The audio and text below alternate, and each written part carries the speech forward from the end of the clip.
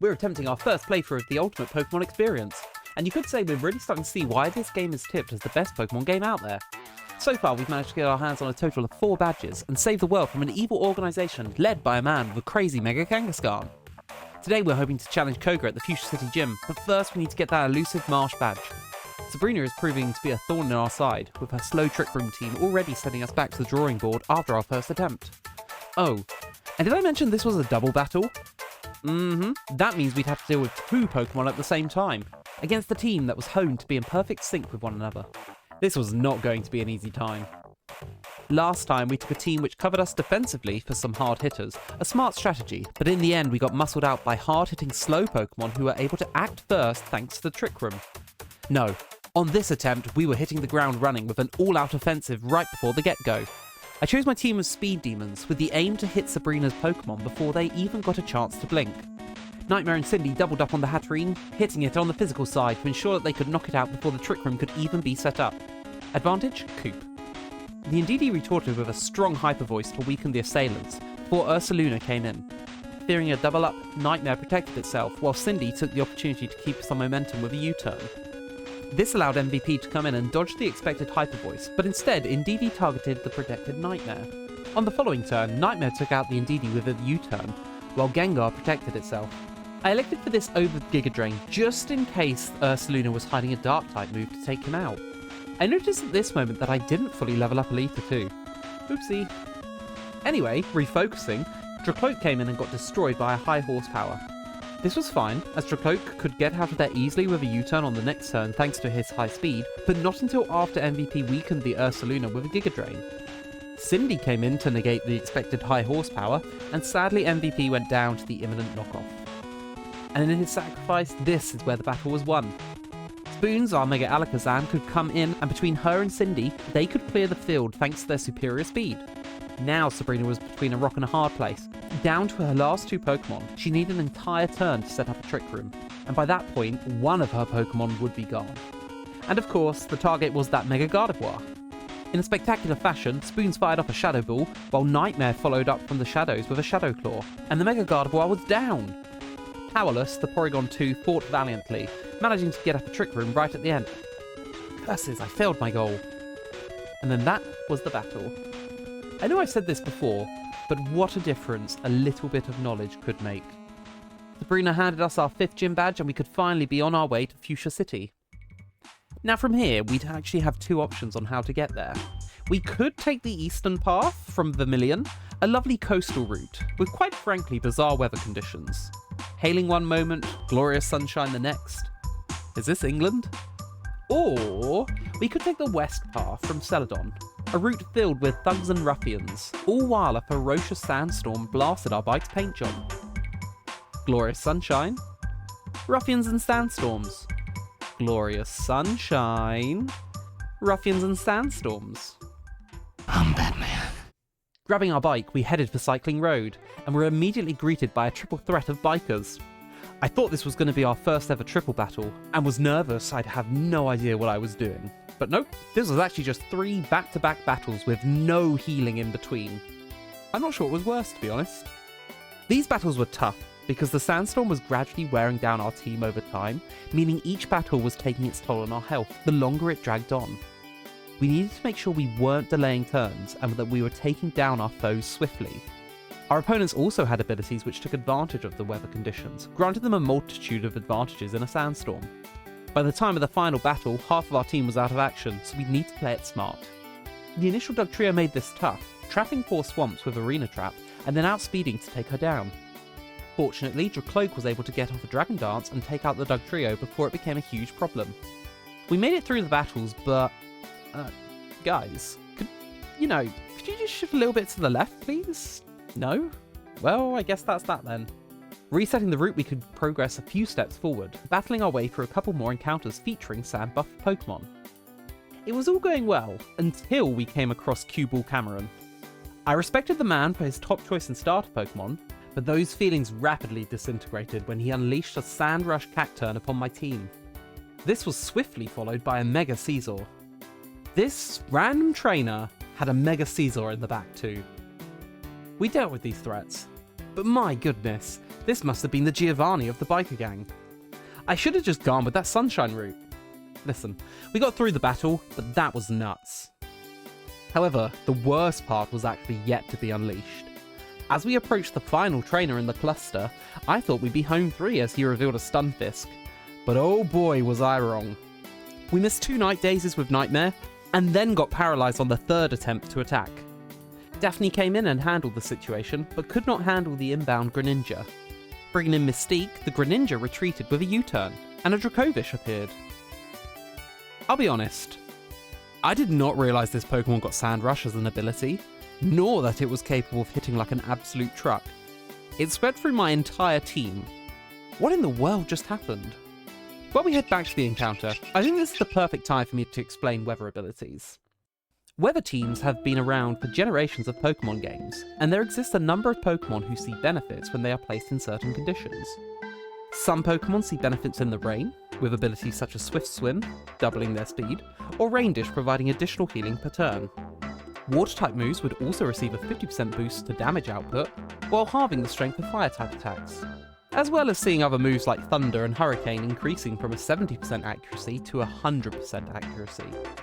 Each type of weather has its own unique benefits, but Sandstorm teams are particularly tricky. See, not only can they have the ability Sand Rush, which doubles the speed, which we were seeing on that Dracovish, but there were also abilities such as Sand Force, which would increase the power of Rock, Ground and Steel type moves by 30%, and Sandville, which, as we saw in that Stunfisk, raises a Pokemon's evasion by a huge 25%. Trust me, this can get annoying real fast. A feature of the Sandstorm is that it gradually does damage over time, except to Rock, Ground or Steel types, or any Pokemon with the aforementioned abilities. One last unique quality is that Rock-type Pokemon receive a boost to their special defense stats of 1.5 times. Remember these features for later. I'm sure they'll come in handy. For now though, we had to settle the score with that biker.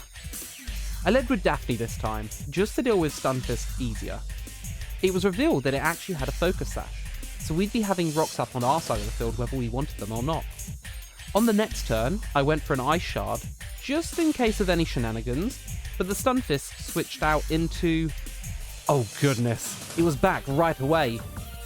I decided to go for Ice Shard, just to get some chip damage off, as the Fisher's Rend one-shot us last time we battled, and I wanted to try and get it in range of Swamp's Earthquake. The attack actually did less damage this time, a lot less. I was trying to work out if something had happened last time which caused me to take more damage. Feeling emboldened, I went for an Earthquake, thinking I would live another attack and put the Dracovish in range of Swamp's Earthquake, without having to rely on a critical hit. But it had suddenly started doing more damage again. Swamps didn't get the crit, and we were swept again from here. Right, get that chalkboard back right now. I actually googled this Pokemon right there and then, as my curiosity was too great and I needed to understand what was happening here. I feel it is my duty, as a decent human being, to keep you from discovering this pain the way I did. So if anything earns that like and subscribe, it's this moment right here. Dracovish, the fossil Pokemon. Powerful legs and jaws made it the apex predator of its time. Its own overhunting of its prey was what drove it to extinction. Scary. But what about the stats? Because that damage was absolutely crazy. A base 100 attack stat, a base 75 speed, which was being effectively boosted to 150 by Sand Rush. Well, there's nothing too crazy here. At least not to be one-shotting an entire team. Next, we should look at what Fisher's Rend actually is. Checking the data, it's a physical type water move with a base power of 85, and the signature move of Dracovish. Okay, nothing looks too out of the ordinary here. Strong, but again, not instant sweep worthy. Let's read the description. The user rends the target with its hard gills. This move's power is doubled if the user moves before the target. Some of you might have already worked this out, but let's do some maths here. So, if Dracovish used this move first, the move doubles in power, giving it a new base power of 170.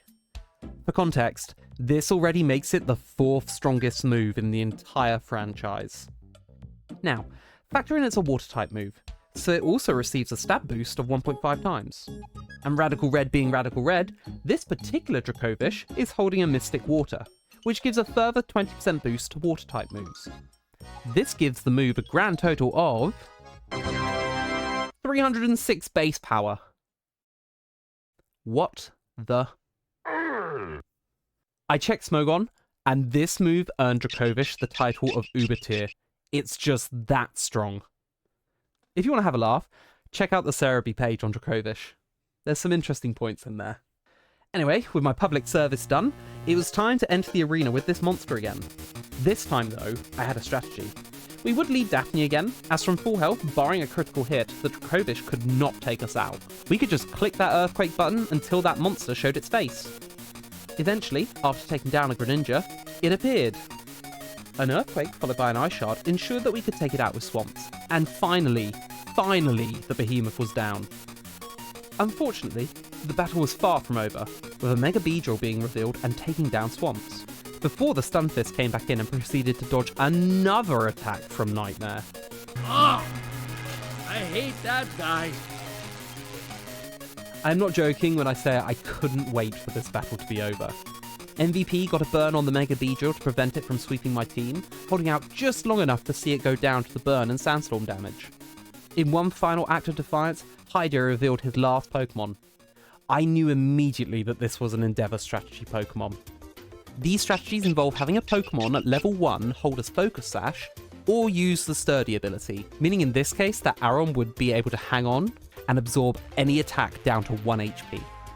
It would then use Endeavour to bring its foe's HP down to match its own HP, which would be 1. There was an added layer of flair here though, as it was revealed the Aron was holding a Shell Bell, a held item that heals 1/16 the damage dealt.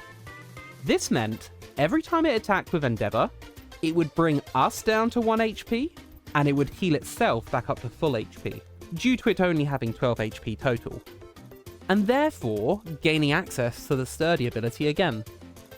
The Sandstorm that was up would then chip away the remaining 1 HP on the opposing Pokemon and take it down. A truly terrifying strategy.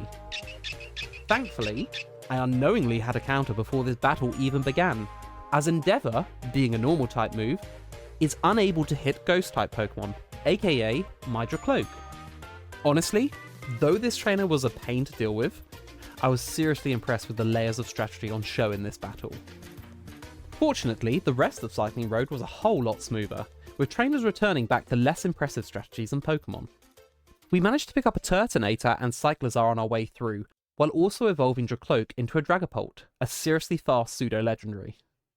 Towards the bottom of the route, the sandstorm subsided and the weather changed to rain, foreshadowing that we may be about to see several rain teams in the near future. We did see a few scary Pokemon surface, including a Hydro-pumping Salamence, and a rare moment of a Cormorant trying to chow down on a Pikachu. Don't worry guys, it was totally unharmed though, and ready to surf again in the very next battle. This was another scary battle. Thankfully, we managed to make it through sheer force of will. The final trainer on this route was Ace Trainer Wilton, who had some fearsome Pokemon, including a Dragapult and a Mega Pinsir. However, the real threat here was a Swift Swim Omastar with Shell Smash. It was able to come in on my own Dragapult and set up a Shell Smash, and started running through my team with boosted Hydro Pumps. MVP managed to survive on 8 HP, as the AI had elected to go for a Power Gem, perhaps fearing a miss on the Hydro Pump, and it low rolled, allowing MVP to claw back a bit of health with a Giga Drain, but sadly just didn't have the speed to take out the incoming Kilowatt Roll. That made a total of 3 defeats on this route, the most I had ever suffered in a single route. In fact, in any route. I hadn't lost a bout that wasn't a gym leader or a boss until this moment. We broke through Wilton's defences on the next go-around, with Swamps artfully dodging a Hydro Pump from the Omastar and leaving the Kilowattrel with little option but to yield to a single liquidation, meaning we could finally make it to our long-awaited goal, Fuschia City. It seemed Professor Oak had forecast our arrival here, as another of his aides was waiting for us, to give us another Sevian egg to hatch, this time hatching into a Sevian Clauncher.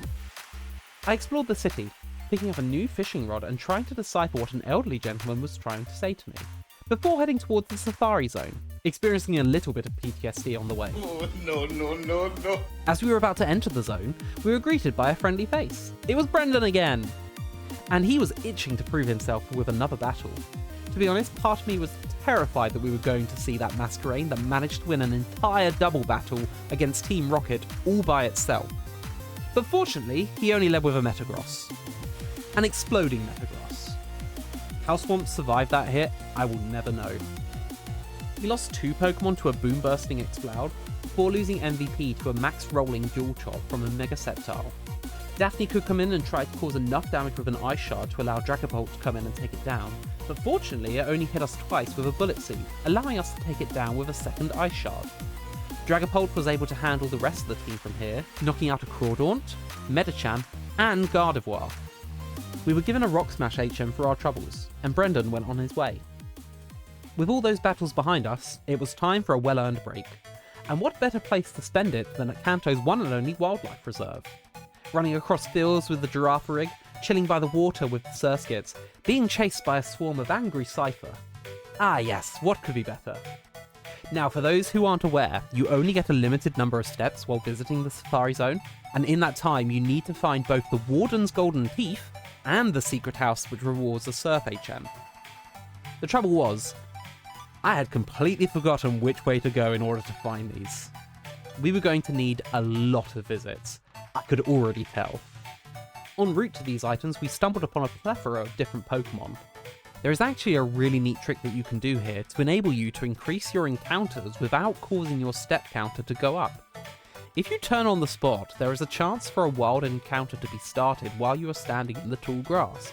However, because you didn't technically take a step, your counter never decreases. This is a very handy way to maximise your exploration of the area that you're in. By the end of our exploration, we had actually seemingly doubled our roster of Mons available to us. The full display which you can see on your screen right now. But some honourable mentions include Porygon, Iron Moth, Meltan, Scyther, and Sandy Shock. I did also come across an Iron Hands early on, but then I literally never managed to get it to appear again, even after 30 minutes of trying to make it happen. It was on my 5th entrance to the park that I finally managed to get it to appear again in a different area, and managed to catch it. We collected the prize from reaching the secret house, managed to find the Warden's Teeth in the middle of the savannah, and with that, we're ready to leave the park, having thoroughly strengthened our squad. Having seen on the previous route how strong these trainers were getting, this diversity was a welcome sight, giving us so many options and tactics to use going forward. With this newfound confidence, I felt we were ready to challenge Koga at the gym. It seemed, however, that Koga was not. The gym was closed. The game cited that we should consider going and rematching some of the previous gym leaders. I could tell these battles were going to be rather fearsome before even entering the gyms, with the gym leaders being able to unleash their full power with a complete squad of 6 fully evolved Pokemon, likely harnessing weather effects to really give themselves the upper hand.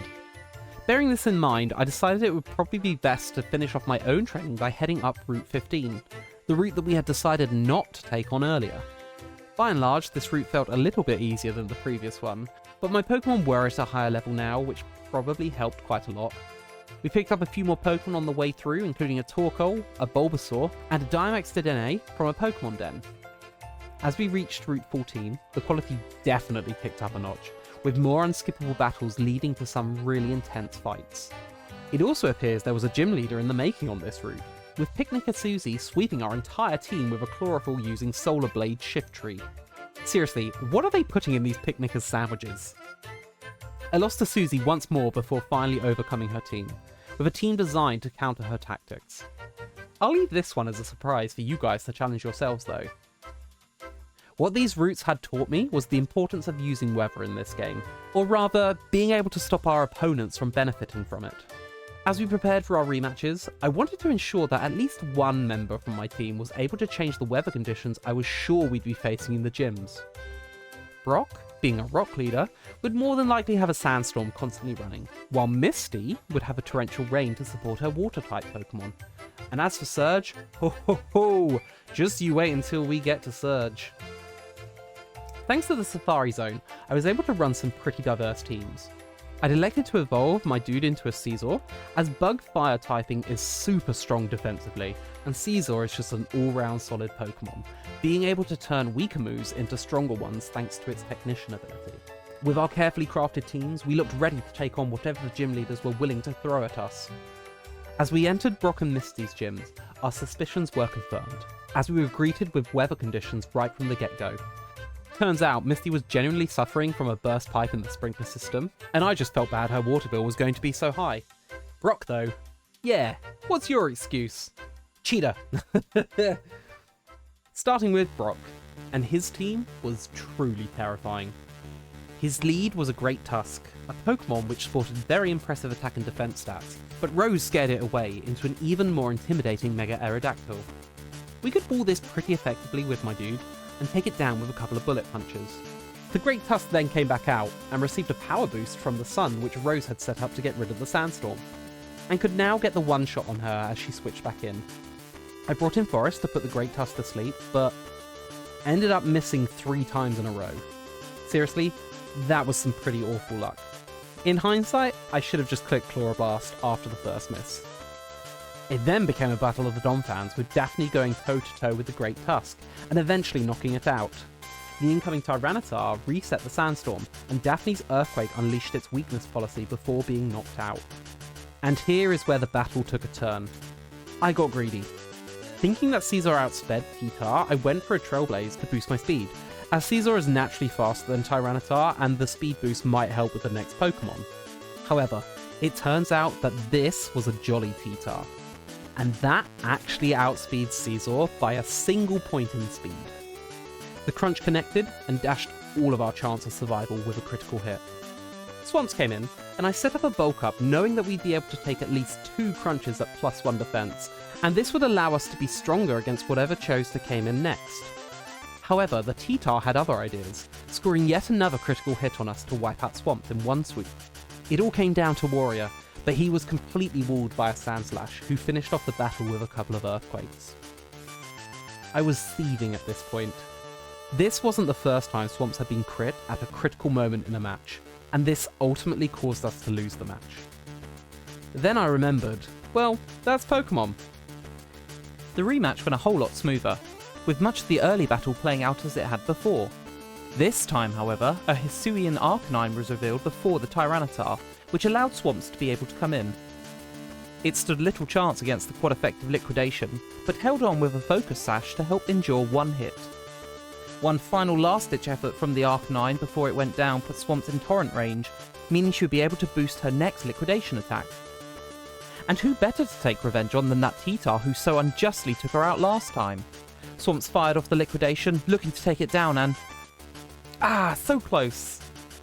This time, however, we made no mistakes, retaliating with a Bullet Punch to knock out the T-Tar on the next turn, paving the way for Forest, who was able to close out the battle with style by recklessly firing off a couple of Chloroblasts to claim victory versus Brock. Misty also fronted a powerful team, with her lead of a Palafin posing immediate problems using a flip turn, so that when it came back in later, it would be in a superior form. Rose put in a lot of work here, setting up a Sunny Day to halve the power of Water-type moves. Warrior was able to set up a Swords Dance and take out the Ferroform which had switched in, and bring a Gorbis down to its Focus Sash. VGC helped to mitigate its damage by setting up a Light Screen, but couldn't get off of Paralysis due to the Gorbis' Dazzling ability. I did not even know this was a thing, but apparently it stopped priority moves from working, so our priority Thunder Wave just couldn't break through. Well, VGC took it down on the next turn anyway, but you learn something new every day. Rose could then come in cleanly and one-shot the incoming Seismitoad with a Giga Drain, before being faced with this unholy behemoth as the Palafin made its return. When Palafin switches back in, its stats receive a massive boost, especially its attack stat, which jumps to 160 base. It didn't do much with all that strength, flip turning back out into Gyarados, which I could only presume was going to be Misty's Mega Pokemon. And this is where things got real scary. The Mega Gyarados set up a Dragon Dance, and was able to take down my Roserade from full HP with one single attack. Things were looking dire. However, this was my time to unleash our secret weapon. Snax attacks! With its insane HP stats, Snax would be able to take a crunch and defeat the Mega with a Body Slam. But he wasn't done feasting here. Thanks to his strong special defense, the Kingdra struggled to break down this wall of blubber, with Snax being able to get it down to barely any HP before being sniped out of the battle himself.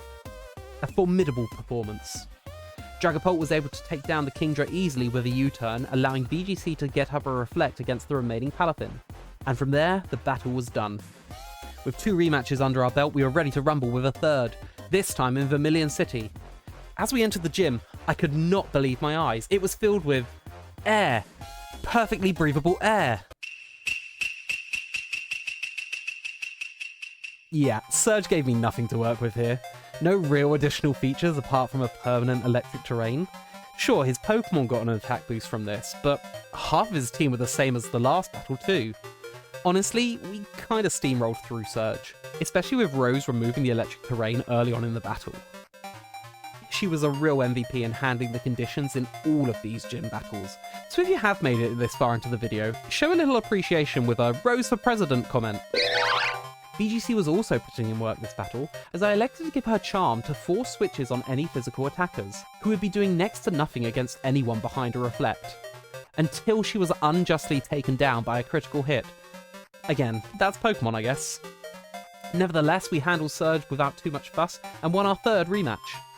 At this point, I did also look into rematching Erica and Sabrina, but Erica was busy attending to a poorly Gloom, and Sabrina was far too fascinated in seeing a shiny Pokemon to battle.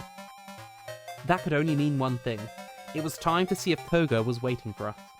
And as luck would have it, he was. The preparation for this gym was tricky. Koga usually specialised in poison-type Pokemon, and nowadays, this type of Pokemon was extremely diverse in terms of the options available to him. We'd also likely need a way to deal with toxic or toxic spike users, whether that be using our own Pokemon to absorb them, or by removing them using a Rapid Spin or Defog user. There was also the question of who the Mega Pokemon would be. Now there aren't really many Poison-type Mega Pokemon, especially seeing as Mega Gengar, Mega Venusaur and Mega Beedrill had all already made an appearance.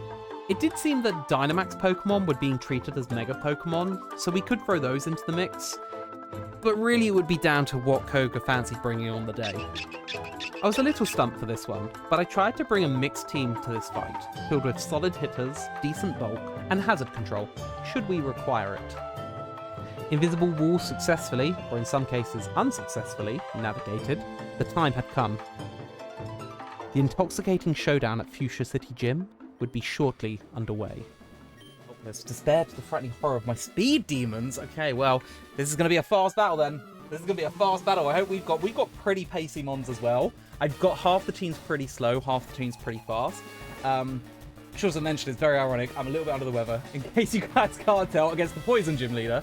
That makes me nervous as a Fire-type Gym Leader if, we're following suit on that. You got a Swellow to start. Okay, well, my lead's not bad, because I've got a pretty fast one, and I don't think we're going to get hit by, normal-type moves, right? So that's half of what Swellow does is being fast, and it's got, Boom Burst, stuff like that. Probably Guts, so I'm probably going to see, a Flame Orbers and stuff here. Is it worth me getting off a Dragon Dance? In the it's probably gonna go for a Brave Bird or something, right? But there's no way it's gonna be faster, and Dragon Dance just confirms when other stuff comes in that we're definitely just gonna be faster. I don't really want to go to U. I mean, I could U-turn to see what it's gonna do, but I think trying to get some setup here is just nice. Yeah, we are faster. So hopefully we'll be able to take this out. So we'll see what it's gonna go for. Okay. Is it Scrappy? Is Swellow Scrappy? Is Swellow, does it get Scrappy? Do I not know this? I swear that it's just Guts. Does it get Scrappy in, later Gen? Oh gosh, is this going to be Gen 9? To come back to bite me? It's Morty all over again. Well, okay, we are faster. What scares me, though? What scares me now? We're going to outspeed this, right? Unless it's got a priority attack, because that's a Boom Burst, which is a normal type, and we're a Ghost type. We should resist that. If it's got something like Quick Attack, that'll take us out. But I feel like Dragon Dart. Do I risk this or do I swap? Because the problem is, if it doesn't have a priority attack, and it just decides to go for Boom Burst again, something's going to take a real, a big chunk of this. A big chunk of this. I also realised I've got the overlay on. I need to turn the overlay off. Hold on. Do I go for the Dragon Darts here? I feel like we've got the setup, and I don't really want to waste that. But if it's got, the Quick Attack or something, then we're going to be in a lot of trouble. I'm going to go for it. Let's go. Okay, no, we do outspeed. We should be able to take this out because it's not got good defenses, and we attack twice as well here, so any potential slash is going to be broken. Okay, that's that dealt with. That's not too scary. Okay, one down, 5 to go. Okay, I'm really nervous. I just don't know. Starting with Swellow is scary. Okay. I am Valiant. Now, this is a very scary Pokemon. Raises its speed. We still outspeed. You are a fairy fighting type. I think I've not really got much of a choice to go for Phantom Force here because U-Turn's going to do absolutely nothing and I can't hit the Dragon Darts. I do have the Power Herb as well, so I'm just gonna go for this Phantom Force. I think the Power Herb is going to make it like proc immediately if it works how I think it does. Okay, there it is. Yeah, so that's going to hit. We are +1 as well. This is stab. This is a lot of damage. Super effective. No, it's not super effective. It's not a psychic type. It'll do a chunk though. Okay. That's good. And we're gone. We lost the Dragapult, but the Iron Valiant is considerably weakened. Okay, so this is really good. That's really good. I think we go Cecil here, and we use our priority. I think we can use our priority attack here. If they want to swap, then they're going to be taking like a Stab Technician boosted Bullet Punch, so I don't see a downside to doing this, right? Unless there's an ability that I just don't know about. And one of these things I'm discovering with Radical Red is there's so many abilities I'm just like, I do not know what that does or who gets this. I think a Bullet Punch here, though, is the smart play, and we can just take that out. Right, 2 down. 2 down. Okay, this is going all right so far. Haven't seen any poison types. Is this definitely a poison type gym leader? There's the Drapion. I knew Drapion was going to be in here somewhere. Okay. I feel like this is a decent matchup for me because Dark is neutral, but it can't hit us with the poison type. I could scout with a Roost. I can scout with a Roost here. Can't obviously go for the Psycho Cut.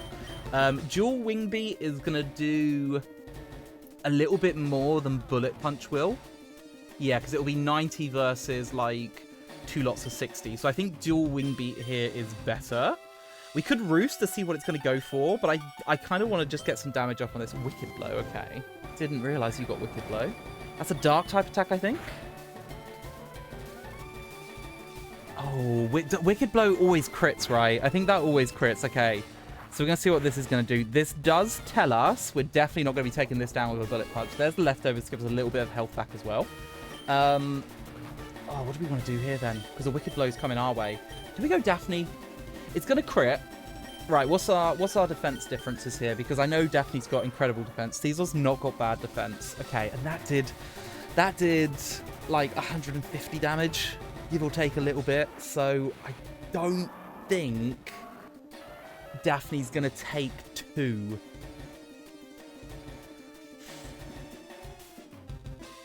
Cecil's very useful, though, because it has that poison immunity. But it could also just be worth getting off the Bullet Punch to just get a little bit of chip damage off. Let the Cecil go down. Daphne comes in, fires off an Earthquake, or fires off an Ice Shard. I don't think an Ice Shard, because Dracon's got insanely high defense as well. Tough call, because Cecil could be really good. Could be really good against potential poison types. Do I just lock in the damage? Cecil's quite slow as well, so if he's speedy as well, then Cecil's not going to get a chance to Roost as well, because he said that he's got all speedy Pokemon. I know Drapion's not particularly fast, but it's not slow either. I'm just going to fire off the damage on the Bullet Punch, get this, and then we'll get Daphne in. Daphne can fire off an Earthquake. I would have absolutely loved to crit there. Absolutely would have loved to crit there. That would have been amazing. Yeah, like the ones against Brock. The ones against Brock are crazy. Okay, yeah, that crits. So we can...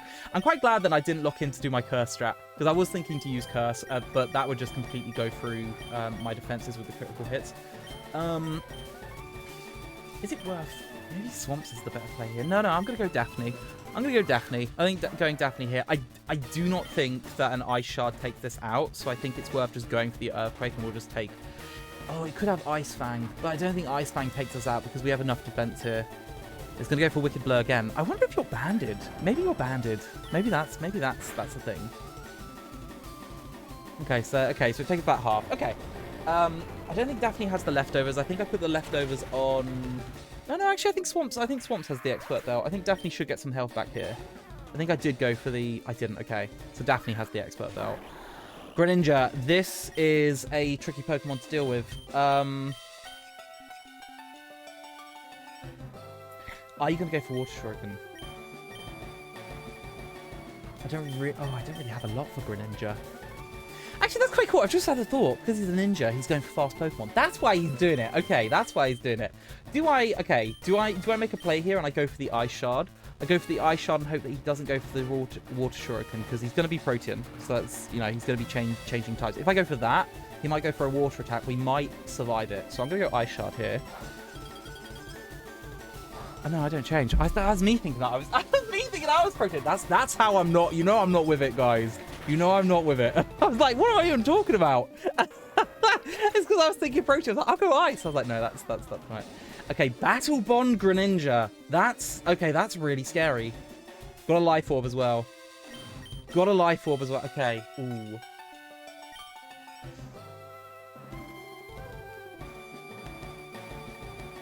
He didn't change type. Okay, so he's just going to stay Water Dark type. We do have... Do you have Speed Spoons? Oh, I also changed. Also, this could come back to bite me as well. I changed to not be a speed-based nature. Like, I am still on my... That might be the battle there, guys. That might be the battle. If this outspeeds everyone, because it's gonna have like Grass Knot and it's gonna have this stuff to deal with swamps. I really don't want to lose spoons though. I don't want to get outsped and lose spoons. Okay, so it is special though. It is a special typing, so we might be able to take some of this. Because if it goes Grass Knot on Swamps might be able to do something. Right, we're just going to have to see. We're going to have to see, and we're going to have to see if we're faster. I'm hoping, once I do the Mega Evolution as well, how do we... Okay, we do... Okay, so that's on, that's off. Okay, so if I go Dazzling Gleam now... Battle Bond is going to be so fast, though. This is going to be so fast. I'm going to regret changing away from being a speed nature. I'm going to regret it. You don't know. Oh, we do outspeed. Okay. And it's not, and it doesn't have a sash because the sash is broken. Okay. So this should take it out. Okay, that's awesome. That's awesome. I thought it was over there. I generally thought it was over there. With my Protean Ice Shard Daphne. Excelgor. Okay, this is a very fast Pokemon. Trace is... Oh, no. Oh, no. Oh no, oh no, times 1,000. It's got Sheer Force. So if it's got stuff like Bug Buzz, that's now going to be, oh no. I don't think we outspeed here either. I will check this. I don't think we outspeed here either. 230. Yeah, 230 is not going to be enough. Oh, if I was a speed up nature, we could have done this. I don't think it's worth going to swamps either at this point. Do I just put up a reflect, or I'm just gonna go for damage? We boosted it! We boosted this! We gave it Sheer Force! Oh no! This could be GG! This could be GG! Oh no! Oh, I'm gonna regret not putting Rock Slide on you as well. Oh, I'm going to absolutely regret not putting Rock Slide on you. Maybe, okay. Maybe we take one. We're going to take this Bug Buzz. It is boosted by Sheer Force.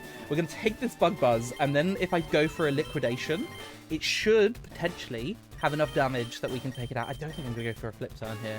I'm going to go for Liquidation. There's Bug Buzz. I swear, if this takes me out because of Sheer Force, I'm going to be so upset. It doesn't. We're not in Torrent range either. This isn't going to take it out. Yeah, that is kind of sad. We don't take another Bug Buzz as well. Oh, that Sheer Force is crazy. That Sheer Force is going to be our undoing because that's boosting that. We would have lived these. We would have absolutely lived these. I guess we just got to hope. We've just got to hope that MVP can be the MVP against the last two Pokemon. I have built him in such a way that he can handle like lots of different things. It's all going to be down to whether we can take an attack. It's all going to come down to that. With the Sheer Force boosted, if it's got Psychic, which I feel like it will, I'm going to fire off a Psychic here. Bug Buzz, okay, we do resist this, so it shouldn't take us out, but it is still going to do... Well, it didn't do as much as I thought. All going to depend on what this last Pokemon is. I have gone speed number on... I have gone for a speed nature on MVP. So let's see what we're dealing with here. If it's a poison type, we have a chance because we got the Psychic. Oh, it's a Toxtricity. Oh, oh, oh, oh, oh, okay.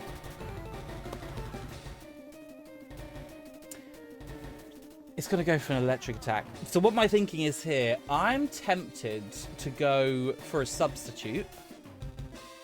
The reason I'm tempted to go for a substitute is because then if it decides to go for a setup move, we've got essentially 2 attacks. I don't know, like... Is this going to be sashed? Do we reckon this is going to be sashed? Oh, we haven't seen a Mega Pokemon yet, actually. Is this a Mega?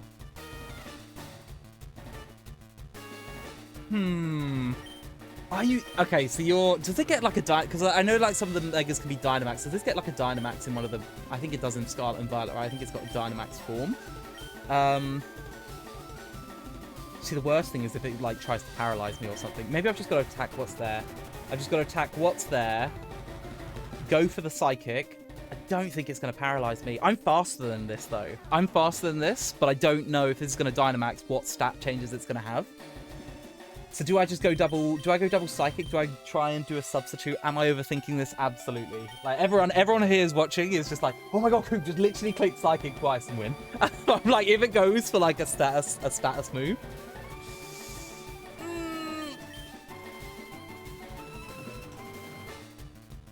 No, you're just going to attack what's right in front of you, right? You're just going to go for an electric attack. You're just going to go for an electric attack, and I just need to do this. I just need to do this. Okay, yeah, so it's a Mega. That's kind of a cool Mega as well.